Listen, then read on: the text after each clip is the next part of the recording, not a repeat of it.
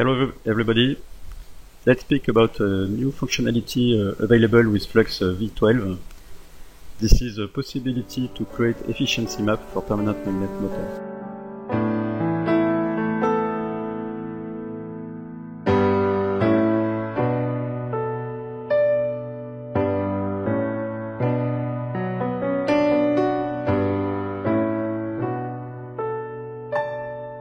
So how does it work? In fact, in Flux, what we propose is to do it using a specific macro in which you have to prepare your Flux project, and then you just specify a few characteristic points in order to be able to draw directly the efficiency map.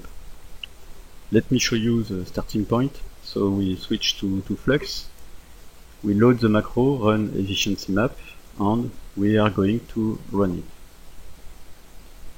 So what do you have to enter in order to run it? You have to enter the base torque and the base speed. So just to remember, the base torque and the base speed are corresponding to the base torque on this point here. You have to enter the number of speed to, well, the maximum speed. We can see it from the graph here, the maximum speed. We have to enter the number of speed to analyze before the base speed. So the number of speed to analyze before, the number of speed to analyze after, and the number of torque values we want to analyze. Then Flux is asking you, in order to speed up the solving time, is asking you the motor torque constant. So this is the average torque divided by the current, maximum value of current.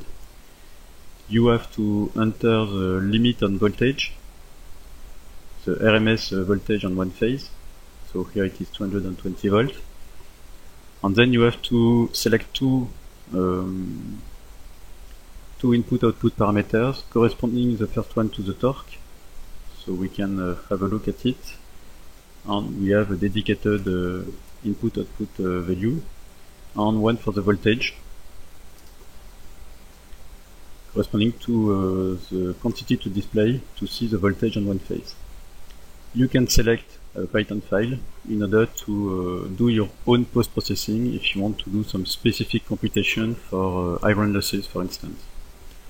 So then you can click on the OK button, and Flux will run automatically and try to find out for each working point defined by its speed and its torque, will find out the current and the gamma angle in order to minimize losses. So now let's switch directly to the result. So as a result, at the end of the process, Flux will open directly this window in which you will have to select different files in order to display the curve. So here you have selected efficiency, and we can see efficiency versus speed here in RPM, and versus torque, and we have all the different points corresponding to it. We can also display other quantities, such as the current, for instance. So we can see the current, which is more or less varying linearly with the torque. So this is why we can define a torque constant. We can display also the gamma angle.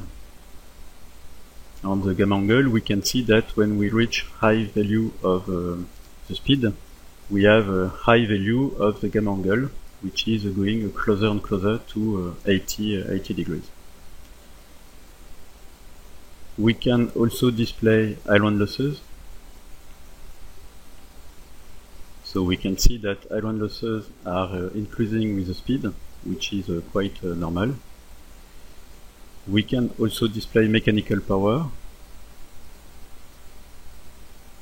So we can see here the mechanical power. So we work at nearly a constant speed when we are at the highest constant power. Sorry, when we are at the highest level of torque for each speed.